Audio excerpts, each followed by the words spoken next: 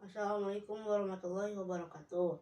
Nami Abdi Arfan Permana Putra, kelas 4A ti SDIT Atakwim. Abdi bade macakeun dongeng.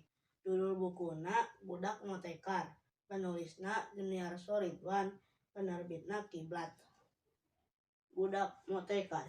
Dina hiji waktu aya budak lalaki nu ngaranna Nana. Umurna 11 tahun tapi awakna dedeug.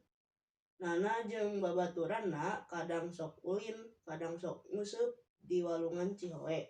Lamun keur libur, Nana sok melak sampeu di kebon uwana nu bisa dimangpaatkeun keur peupeulakan.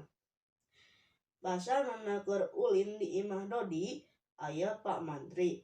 Pak Mantri nerangkeun yen dinu usum mamareng mah kebon teh dipelakan samangka. Tuluy dijelaskeun kumaha carana melak samangka ku Pa Mantri. Nana asa kaideuan rek melak samangka di kebon uwana make siki nu dibere ku Pa Mantri. Isukna Nana melak samangka di kebon uwana make gemuk nu dibere ku uning baturna. Pas nincak 2 bulan, buah samangka teh leubeut, warnana hejo, seger, sagede-gede sirah budak, loba pisan. Dina poe Minggu, samangka nu dipelak Nana didagangkeun di jalan, lantaran sok rame nu lalau liwat loba nu piknik. Daganganna laku, Nana atoheun. Nana teu poho ngabagi babaturanna samangka 2 ewang, lantaran babaturanna sok ngabarantuan. Ayeuna mah Nana jadi anggota koperasi, jadi Nana teu perlu capek ngajual samangka. Cukup samangka disetorkeun ka koperasi, engke ka koperasi dipangjualkeun jadi Nana bisa jongjon sakola.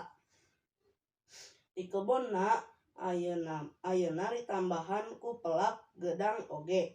Maksudna lamun keur teu usum samangka, Nana bisa ngajual gedang.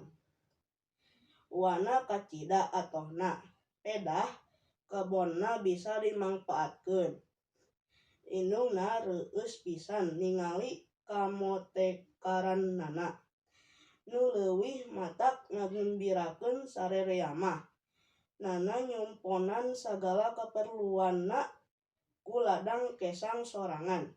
Nana geus bisa meuli tas kulit jeung saniskara buku bacaan nu mangpaat, jeung geus boga tabungan. Hatur nuhun. Wassalamualaikum warahmatullahi wabarakatuh.